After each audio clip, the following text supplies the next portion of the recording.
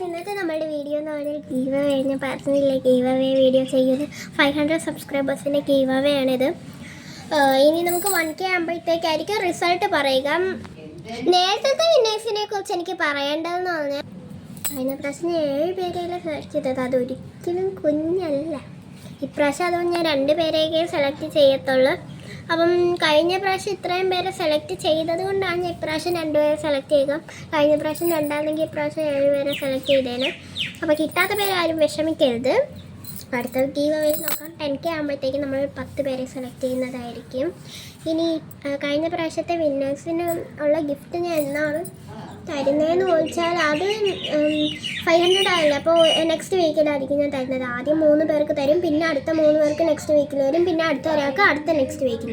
Okay, നമ്മൾ give away എന്ന് പറയുന്നു. ഗീവ് അവേൻ്റെ റൂൾസ് പറയണ്ടേ?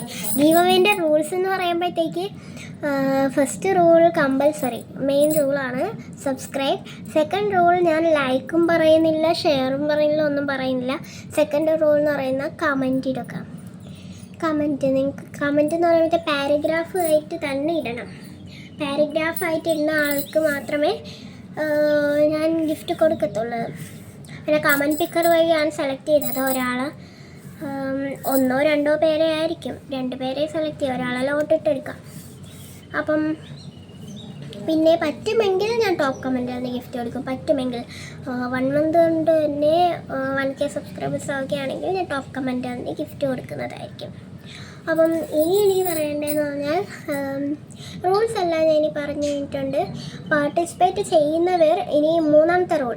ആദ്യത്തെ റൂൾ സബ്സ്ക്രൈബ് മെയിൻ റൂളാണ്. സെക്കൻഡ് റൂൾ കമൻറ്റ് പാരഗ്രാഫായിട്ട് തന്നെ കമൻറ്റ് ഇടണം. തേർഡ് റൂൾ ആക്റ്റീവ് ആയിരിക്കണം നിങ്ങൾ എൻ്റെ ചാനലിൽ. ഞാൻ ഗീവ് അവേ ഈ ഒരു വീഡിയോ കഴിഞ്ഞിട്ടിടുന്ന എല്ലാ ഷോർട്സിലാണെങ്കിലും ലോങ്ങിലാണെങ്കിലും നിങ്ങൾ കമൻറ്റ് ഇടണം. ആക്റ്റീവായിട്ടുള്ള ഒരാളെ മാത്രമേ ഞാൻ സെലക്ട് ചെയ്യത്തുള്ളൂ. ഓക്കെ, ആക്റ്റീവ് അല്ല എന്നുണ്ടെങ്കിൽ ഞാൻ കമൻറ്റ് പിക്കർ വഴി സെലക്ട് ചെയ്യുമ്പോഴും കമൻറ്റ് റിമൂവ് ആക്കിയിട്ടേ സെലക്ട് ചെയ്യത്തുള്ളൂ.